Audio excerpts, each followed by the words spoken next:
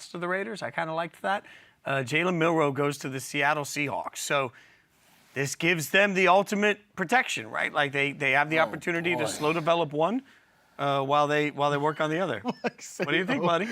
I like this pick for Seattle. Yeah.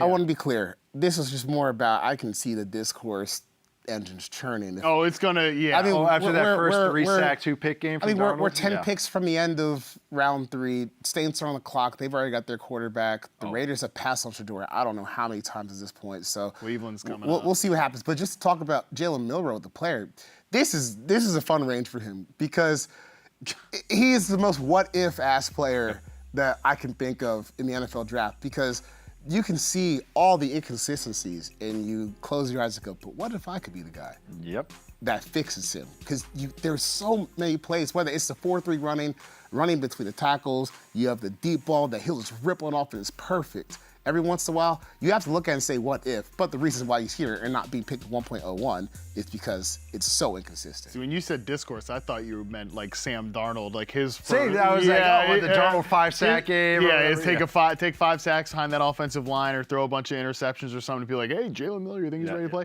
I don't think he's ready to push Sam Darnold this year. I mean, we know Sam's on like I'll call it a year-by-year deal, even if it's people have said 1-year deal. I don't think they want to cut him after 1 year. I think that'd have to be like a disaster. But like down the line, this is a great guy to develop because especially in this offense, like I liked him as a fit for Pittsburgh. We've all talked about that because he kind of has this way of like his deep balls basically is just like shooting a harpoon. Just and they showed a couple of those plays on the broadcast. You get him behind, an under center offense and just shooting those play action shots down the field. It does make sense schematically where he fits in this offense. Does it?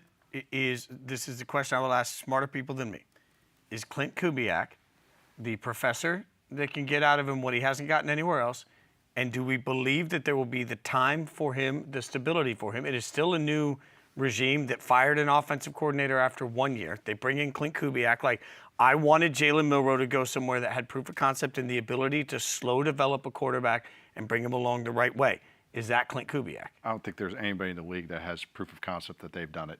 So it's like he's as good as anybody else as far as a coach to develop a quarterback. It is all theory. It is all an idea. And the thing is, he might get out there and look exactly how raw he looked in college, and we go, okay, well, all right. Well, the Seahawks seem to think Clint Kubiak is that guy. Their whole offseason has been like, we want Clint. What do you want, Clint? Like, you Sam Darnold. By the way, I mean, two things. Number one, Sam Darnold credits Clint Kubiak with a lot of his development working with him as a backup in San Francisco. So that's one part of it if we want to give credence to the theory that he could be a quarterback developer.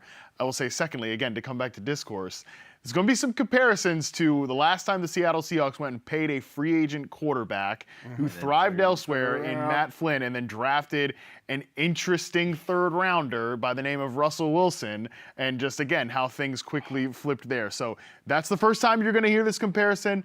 I guarantee you it won't be the last. Yeah. Oh, God. Yeah, Russell's a little bit more ready-made. Yes, no, I know. I'm not saying I'm making the comparison. But I got it, though. Third round, too. Some people will say yes, this. Yeah, the Sam Darnold to Matt Flynn, all that.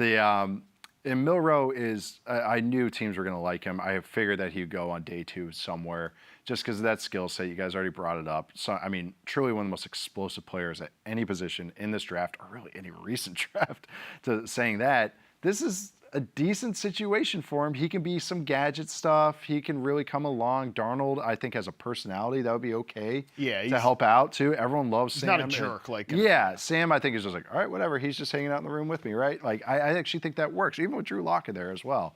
But I just think that Milroe is a true project. It is not even a Anthony Richardson project, because Anthony showed more pocket ability. Yes, believe it or not, he did. Milroe is going to take time to work from the pocket. The one thing what is interesting, didn't really picture him as a Kubiak fit or a Shanahan fit. What Milroe does as well as anybody is throw the ball well on the move. That's what that offense thrives with, the bootleg stuff. So get him on the move. That could be an easy kind of day one or early offense stuff for him. But interesting pick for him. I get that they maybe want to just take a bet. Well, and yet again, as we now